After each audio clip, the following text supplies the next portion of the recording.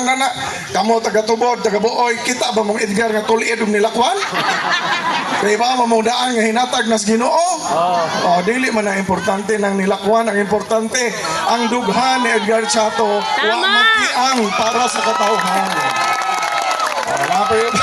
Napay ba may nga na si Edgar Chato ko no, gabaston na. Uy, ayaw ni hilaptin ang baston ni Edgar. Kanay anting-anting na. Paglinom bitaw sa buhol, gabaston si Edgar. Hingbakod man tanang simbahan. Tungod kay gisuroy na mo sa mahal nga obispo, papanunsyo, aron gobyerno ang mugasto pagbakod sa simbahan.